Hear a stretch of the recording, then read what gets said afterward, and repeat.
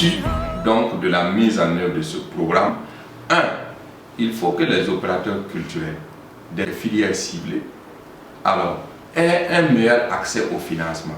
C'est ce qui se traduit par un volume de financement important. Donc il faut qu'ils aient un meilleur accès au financement. Il faut qu'ils arrivent à accéder aux marchés internationaux, c'est-à-dire assurer même au niveau des marchés nationaux et accéder donc aux marchés internationaux. Et il faut également que ces acteurs soient mieux structurés. Voilà le premier produit qui est attendu, donc in fine, de la mise en œuvre du programme. Le deuxième produit, les potentialités des régions, c'est-à-dire surtout au niveau des hauts bassins, donc en matière de tourisme culturel, sont mises en valeur au travers du projet pilote de la région des hauts bassins. C'est-à-dire qu'on va mettre en lumière, en orbite, les potentialités culturelles et touristiques de la région des hauts bassins, alors pour lui permettre effectivement de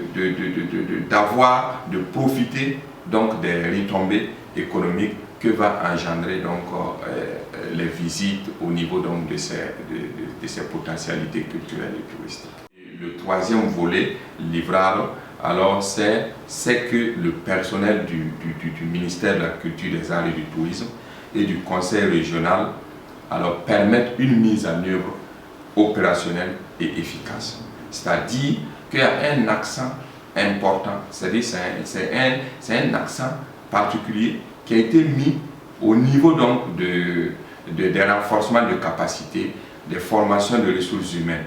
Et donc voilà un peu les produits qui sont attendus donc, dans le cadre donc, de ce programme. Ce qui amène donc le coût du programme à environ 11 milliards de francs CFA. Ce programme va véritablement permettre de rehausser le financement des projets des opérateurs culturels. On ne connaissait pas, on n'avait jamais entendu parler au Burkina Faso, ce que je connais, surtout les financements de l'État, des financements d'un volume allant de 2 millions à 39 millions de francs CFA. En tout cas, c'est de permettre le financement des projets culturels. Deuxièmement, en quoi ça va consister? C'est de renforcer la gouvernance du secteur culturel. En quoi faisant? Donc, en faisant des acquisitions, c'est-à-dire en faisant des acquisitions du matériel informatique, du matériel des mobiliers de bureau et du matériel roulant, qu'on va renforcer donc les capacités opérationnelles des structures techniques centrales déconcentrées du ministère et même des opérateurs culturels.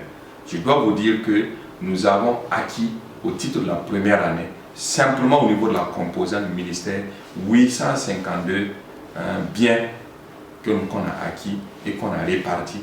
Et aujourd'hui, allez-y constater au niveau des DR, c'est véritablement une satisfaction totale en termes donc de retombées.